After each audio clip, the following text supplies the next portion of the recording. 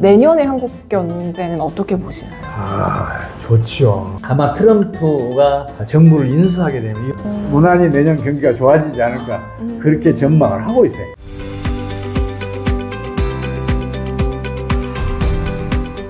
오늘 보니까 환율이 한 1,400원 넘었더라고요. 네, 그렇죠. 환율이 떨어져야 될 텐데 만약에 이런 상황이라면 이어진다면 내년의 한국 경제는 어떻게 보시나요? 좋지요. 어쩌면 아마 트럼프가 정부를 인수하게 되면 1월달에 인수하잖아요. 가장 먼저 하는 일이 일본에 대해서 엔저 정책, 고환율 정책 폐기하라고 강요를 할 거예요. 미국은 지금 경상수 적자가 많이 커져 있어요. 경상수지 적자가 커지면 달러는 약세로 가게 되면 큰일 나잖아요. 자칫 잘못하면 달러의 국제 기축통화의 지위를 이룰 수도 있어요.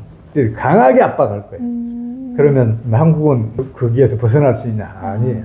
한국은 미국 말을 잘 듣는다는 그런 인식들이 있어요. 미국 정계에서. 한국에 대해서 먼저 치고 들어올지도 몰라요. 환율을 떨어뜨려라. 환율 조작하지 말아라. 그럼 환율이 떨어질 거 아니에요.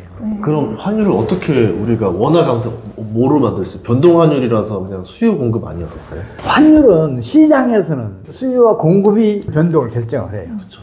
수요가 더 많으면 환율은 올라요. 외환 공급이 많아지면 외환의 가격은 떨어져요. 근데 여기에 시장은 그 기능에 정부가 개입을 해요. 그 개입하는 것은 세계 각국이 다 마찬가지예요. 얼마나 공격적으로 하냐, 얼마나 수비적으로 하냐에 따라서 그 차이가 있지만 다 해요. 미국도 해요. 충분히 조절할 수 있다. 우리 정책 당국이 지금 과도하게 공격적으로 우리 환율 방어를 하고 있어요. 그래서 만약에 정부가 공격적으로가 아니라 환율 방어는 반드시 필요해요. 네. 못 쓸 거라고 얘기 안 해요. 수비적으로 환율을 방어하게 되면 환율은 점진적으로 떨어질 거예요. 미국이 그걸 강요할 거예요. 그럼 떨어지게 되면 트럼프 덕에 우리는 잘 살게 되지 않을까. 무난히 내년 경기가 좋아지지 않을까. 그렇게 전망을 하고 있어요. 물론 세계적인 금리가 터지면 그리고 우리나라 환율이 여전히 높은 수준을 유지하면 치명적인 타격을 받을 수밖에 없어요. 너무 오랫동안 지금 저성장을 하고 있으니까 거기에 타격이 가해지면 체력이 약한 사람이 병에 걸리면 그 중병으로 발전하잖아요. 그렇게 갈 수가 있는데 다행히 이번에 트럼프가 대통령이 돼서 저는 거기에 기대 걸고 있어요. 근데 문제는 미국이 일본에, 한국에, 또 중국에, 독일에 경상수지 규모가 큰 대표적인 나라들이에요. 이 나라들에 대해 고환율 정책을 포기하라고 압력을 가하기 시작하면 미국은 치명타를. 다른 나라의 화폐 가치가 상승하니까 상대적으로 미국 달러 가치는 떨어질 거 아니에요. 그렇죠. 미국 달러 가치가 떨어지면 미국으로 몰려갔던 국제 금융자본들 환차손 피해서 다 공국으로 다 돌아갈 거 아니에요. 미국은 금융위기가 즉각적으로 진행될 수 있어요. 그래서 저는 지금 미국에서 금융위기가 먼저 터질 수도 있지 않겠냐 그렇게 우려하고 있어요. 미국보다 더 타격을 받을 나라는 사실은 일본이죠. 일본은 지금 0%대하고 마이너스 성장이 교차하고 있잖아요. 지난해 뭐 하반기부터 마이너스 성장하고 있으니까. 근데 주가지수는 올해 4월까지도 니케이 지수가 사상 최고치를 경신했어요. 지금도 그 3만 원을 넘어섰다가 오늘 뭐 39,000대로 떨어져 있던데 아주 높은 수준이잖아요. 그 왜 그러겠어요? 투자 이익이 전혀 없는데 기업 가치가 바닥인데 왜 주식량만 그리고 화랑을 보이겠어요? 그 엔캐리 자금 때문에 그래요. 엔캐리 자금은 뭐냐면 일본 금융기관에서 대출을 받아서 이걸 미국처럼 투자이익이 큰 데로 가서 또 이자율이 높으면 이제 엔캐리 자금 대출 받아서 미국에 투자하면 이자율만큼이라도 이익을 보잖아요. 투자이익은 제외하더라도. 근데 거기다 투자이익까지 합쳐지니까 엔캐리 자금이 혹자는 이게 10조 달러에 이른다는 얘기를 하는 사람도 있어요. 거대 규모의 엔캐리 자금 미국으로 흘러가는데 국제금융자본들은 이미 일본이 8차례나 엔저 정책을, 고환율 정책을 펼쳤다는 걸 알고 있어요. 근데 엔저 정책이 실패하면 결국은 일본 엔화 환율은 떨어져요. 근데 엔화 가치는 올라가는 거죠. 그렇게 되면 엔캐리 자금은 환차손을 입어요. 환차손을 입게 되면 그 환차손을 입을 걸 미리 대비해서 해칭을 해야 될 거 아니에요. 그래서 엔캐리 자금 빌려간 쪽에서 일본 주식시장에서 금방 돈을 뺄 수 있게 주식시장에 주로 투자를 했어요. 그래서 엔화 환율이 떨어지게 되면 일본 주식시장에 투자한 쪽에서는 환차익이 생기고 엔캐리 자금에서는 이제 환차손이 생기니까 이로 상쇄가 돼요. 8월 5일날 나왔던 현상이 딱 그 현상이었잖아요. 일본도 엄청 떨어졌거든요. 그때도 엔화가 약세에서 이제 강세로 돌아설 때 그런 일이 있었는데 그래서 일본 중앙은행이 깜짝 놀라서 그때 당시에 외환을 막 사들여서 엔화 약세를 또 유도했어요. 공격적인 환율 막론에 들어갔어요. 그러면서 이제 다시 회복되긴 했는데 기업의 가치는 이제 미래 가치도 중요하지만 경영수지에 영향을 받잖아요. 이 기업의 경영수지는 성장률이 높을 때 호전돼요. 근데 일본은 지금 거의 성장을 못하는데 주가만 올라 있어요. 전형적인 거품이죠. 그래서 일본이 미국에 못지않게 어쩌면 미국보다 더 큰 타격을 받을 수 있는 나라가 아닌가 싶어요. 우리나라 거기에 비하면 정말 행복한 거죠. 일본에 비해서는. 제발 환율 방어 정책을 수비적으로 해줬으면 좋겠어요. 자꾸 공격적으로 해요. 예를 들어서 그 외환 이런 게 매도 오파, 매수 오파 이런 거 나오는 거 보면 이를테면 100원 오파가 나왔어요. 팔겠다 100원에. 근데 어느 놈이 110원에 대량 물량을 매입해갔다고 딱 이렇게 오파가 뜨잖아요. 그거 누가 그거 하겠어요? 개인이 한번 이 멍청한 짓 아니에요. 100원 오파가 있는데 왜 110원에 내 사겠다 그래요. 100원에 사면 10원 이익인데. 그런 일이 벌어지는 거는 정책 당국이 외환 시장에 개입했다고 볼 수밖에 없고, 또 어느 순간에 그 외환 그래프가 직선으로 올라간 때가 있어요. 이것도 정책 당국이 외환 시장에 개입한 증거예요. 예전에 우리 외환 당국이 NDF 거래로 1조 원의 손실을 입었다. 이걸 제가 발표한 적이 있어요. 그거 이제 어느 국회의원이 가서 직권신장 이제 써먹었는데, 그것 때문에 제가 엄청 시달렸어요. 정책 당국자를 불렀어요, 제가. 그 위치에 있었어요, 그때는. 불러서, 당신 이거 계산해낼 수 있냐, 없냐? 데스크워크 할 수 있냐, 없냐? 나는 해낼 수 있다. 내가 해내는 걸 보여주겠다고 현장에서 보여줬어요. 그거는 외환시장에서 한 20, 30년 경력을 가진 사람도 해내기 어려워요. 그러다 보니까 제가 그 환율 공격적으로 방어한다는 얘기를 해도 지금 외환당국이 저에 대해서 이상한 얘기 안 해요. 예전에 IMF 때 외환위기도 예상하셨다고. 외환위기 때도 제가 성격이 너무 급해요. 95년부터 그 얘기를 해요. 피를 토하는 심정으로 경제정책 당국자에게 경고하고자 합니다. 그때 신호가 있었어요? 또 이 97년 1월 달에는 경제 파국은 이제 피할 수 없게 됐다. 얘기를 해요. 이게 지금 국회 속기록이 나와 있어요. 국회의원 입을 통해서 제가 발언하게 했었고, 그때 제가 발언 요지 쓴 그 자료를 제가 지금도 보관하고 있어요. 누가 저한테 시비 걸면 보여주려고.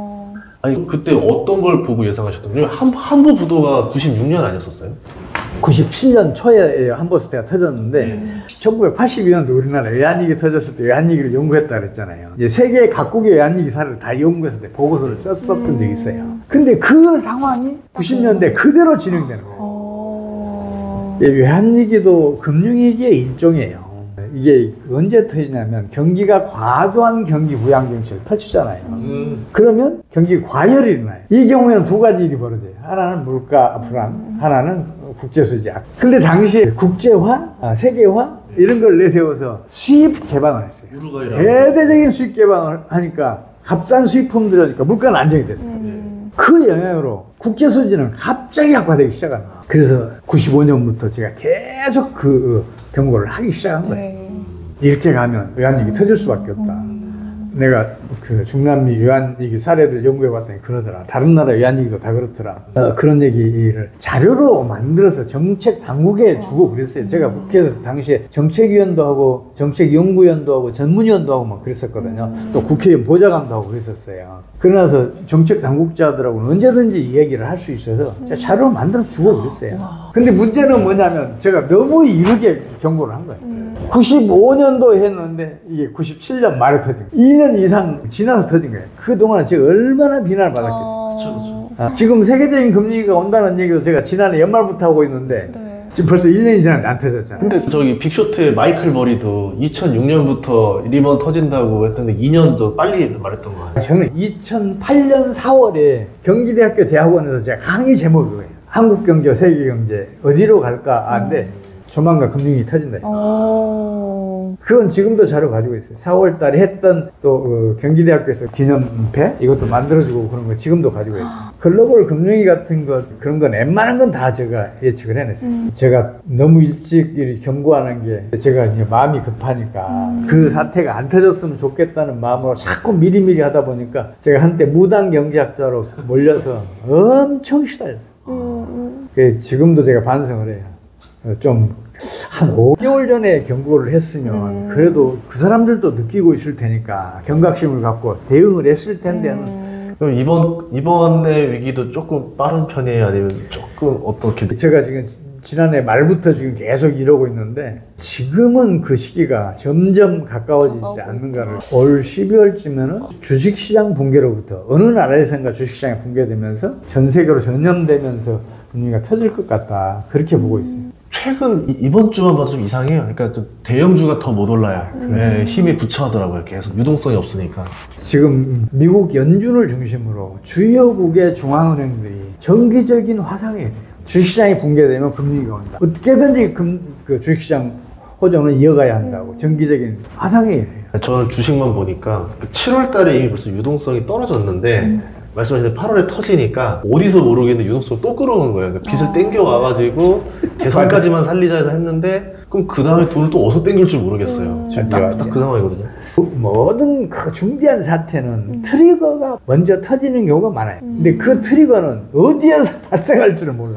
차후간 그 트리거가 터지면 금리가 오는 건 알겠는데 어디에서 언제 터질지를 몰라. 그게 이제 하나의 어려움인데 앞으로 경제 병력이 더 발전을 하면 누군가가 이걸 더 발전을 시키면 그것도 포착해낼 수 있을지도 몰라요. 뭐 그러기를 이제 제가 바라고 있죠. 저는 이제 나이가 많아서 더 이상 발전시키려면 대신 영상으로 널리 알리면 또 누군가가 또 이제 내가 이걸 이어야 되겠다 나올 거 아니에요. 아이 경제 병력 필수라니까요. 경제학은 생리학이에요. 생리학인데 병력이 없다? 이건 말이 안 되는 거예요. 맨날 살아있는 생물이다 말하잖아요. 그러고서는 없었다는 거잖아요, 학문이. 그래서 경제학자들한테 제가 흔히 그런 얘기를 해요. 이 경제학 병리학 책에는 노벨 경제학상을 수상할 주제가 최소한도 20개는 있다. 그 20개가 모두 노벨 경제학상 감이다. 여기다 뭉뚱그려서 넣어놨는데 하나하나를 끄집어내서 논문으로 만들어서 발표를 하면 그럴 수 있는 그 논리들이 들어있다니까요. 수혜의 시간이동, 수혜의 공동화, 신용 파괴율의 작동, 경제의 역기능. 이거 누가 이런 얘기를 해요. 그리고 반응의 민감성과 반응의 속도. 이건 교차한다. 이걸 누가 해요. 경제학이 없는 얘기를 하잖아요. 행동주의 경제학은 경제 주체의 심리적인 요소들을 끌어들여서 그 덕에 경제학상 탄 사람이 지금 3명이죠 벌써? 이번에도 하나 탄 사람 탔으니까 3명이나 돼요. 그건 아무것도 아니에요. 행동주의 경제학은 특이한 현상에 대해서 규명을 해놨어요. 이 책은 일반적인 현상을 해놓은 거니까 이게 훨씬 더 경제에 더 크게 기여할 수 있는 책이죠. 그래서 이 책을 학자들도 좀 봤으면 좋겠고 특히 투자자들이 좀 봤으면 좋겠어요. 투자하기 위해서는 이 책 반드시 보시라고 권하고 싶어요. 최근에 한국의 부동산 시장 약간 조정이 이어지고 있잖아요. 쎄해요, 좀 뭔가 그치. 네. 언제까지 더 이어지게 될까요? 지금 세계적인 금리가 터지잖아요. 그러면 우리 부동산 시장도 거품이 꺼졌다고는 하지만 그 타격 안 받을 수 없어요. 더블 디바이. 근데 그 하강 속도는 다른 나라에 비해서 훨씬 더 낮을 거예요. 그래도 타격이 커요.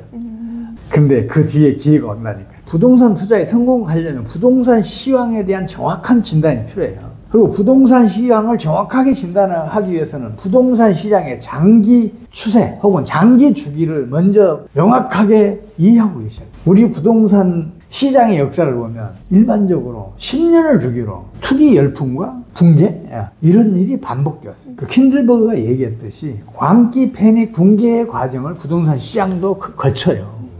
근데 이 중에서 광기는 통상적으로 한 3년 정도 지속이 돼요. 우리 최근에 2018, 19, 20년 이 3년 동안 또 부동산 열풍이 불었잖아요. 투기 열풍이 불었잖아요. 그 다음에 패닉이 오는데 이거는 반년에서 1년 정도. 21년도에 패닉이 왔어요. 그리고 그 다음에 반년에서 1년 정도 붕괴가 오는데 우리 2022년도에 붕괴가 왔어요. 그 다음에는 장기 정체기가 오는데 이게 한 5, 6년 정도 걸려요. 수요일 시간 이동을 해갔으니까 투기 열풍이 불 때 그러니까 저축이 이제 고갈이 된 거예요. 그러면 부동산 그 투자를 하려면 20평짜리 30평대로 옮겨가려면 한 5, 6년은 저축을 해야 돼요. 그 기간이 장기 정책이에요. 새로운 수요가 일어날 때까지 걸리는 시간이에요. 5, 6년이. 그래서 지금 2023년도부터 우리나라는 장기 정책에 들어갔어요. 이 장기 정책의 특징이 뭐냐 그러면 와 부동산 가격 많이 떨어졌네. 돈 있는 사람이 투자에 부동산 매입에 나서요. 그러면 잠시 올라가요. 근데 전반적으로 수요가 정체되어 있으니까 다시 떨어져요. 따라올 돈이 없네. 그래서 작은 변동을 보이면서 한 5, 6년 정도 정체기가 지속이 돼요. 근데 지금 한 2년 정도 지났으니까 세계적인 금리가 터지지 않으면 한 4년 정도 장기 정체가 지속될 거예요. 세계적인 금리가 터지면 한 1년 정도 더 연장이 돼요. 그래서 이제 장기 정책이 한 중간쯤 되면 주변에서 부동산 투자 얘기 싹 사라질 거예요. 네. 주식 투자 얘기도 싹 사라질 거예요. 그때가 투자의 최적기. 아까 제가 그 말씀 드렸잖아요. 위기 다음에는 반드시 기회가. 근데 보통 그때는 자기도 가난하잖아요. 워런 버핏을 비롯해서 세계적인 투자자의 그 특징이 있어요. 왜냐하면 이 사람들은 그 장기 주기를 철저하게 지켜요. 그 장기 주기에 따라서 투자를 해요. 지금 워런 버핏 지금 현금화 많이 시키고 있잖아요. 그렇죠. 장기 주기가 지금 정책에 들어갔다고 보는 거예요. 그러니까 이분은 좀 빨라요. 모든 행동이. 아직 정점에 안 갔는데 이 이익은 다른 사람한테 주는 거예요. 그러니까 미리서 빠져나오고 있는 거예요. 그런 특징을 가지고 있어요. 그래서 주식 투자하시는 분들은 그런 주식 대가들이 네. 투자를 어떻게 하는지, 어떤 종목을 선택하는지 연구를 먼저 하셔야 돼요. 그 전에 금융위기는 평균적으로 10년에 한 번씩 반복된다. 이거 반드시 명심하셔야 돼요. 그 주기를 지키면서 투자를 하시면 성공할 거예요. 앞으로 한 2, 3년 지나면 주변에서 아무도 주식 투자, 부동산 투자 얘기가 안 나올 때가 네. 최적기다. 그게 바닥이다. 그때 매입을 하시면 바로 한 1, 2년 지나면 부동산 투기가 일어나고 주식 시장도 상승세로 가면서 수십 배의 수익을 올릴 수도 있어요. 우리 외환위기 직후에도 그랬으니까. 그럼 만약에 내가 지금 돈을 가지고 있다면 지금 당장은 투자하기보다는 그냥 일단은 모아두는 게 최선의 방법일까요? 지금처럼 앞날이 불투명할 때 네. 제가 금융이 터진다 이 말을 못 믿으시더라도 뭔가 불안한 건 사실이잖아요. 네. 이런 때일수록 수비적으로 그리고 신중하게 경제활동을 해야 돼요. 투자도 마찬가지예요. 네. 그리고 이런 때는 되도록이면 현금 비중을 늘려놔야 돼요. 그래야 나중에 매수 기회가 생겨요. 네, 그렇게 하시는 게 좋고 지금 요새 금 투자하시는 분들 비트코인 투자하시는 분들이 많아요. 네. 근데 금 투자가 안전자산이래요. 천만의 말씀이에요. 변동성이 다른 어느 재화 못지않게 커요. 1980년대 한때 온수당 800달러까지 올라갔어요. 순식간에 300달러 떨어져요. 비트코인급이네요. 2008년 글로벌 금융위기 때도 그랬잖아요. 네. 온수당 2,800달러까지 올라갔어요. 그리고 300달러까지 떨어졌어요. 이게 안전자산이 가격 변동이 어느 것 못지않게 크잖아요. 그래서 금이 안전자산이라고 생각하시는 분들은 그 생각부터 바꾸셔야 돼요.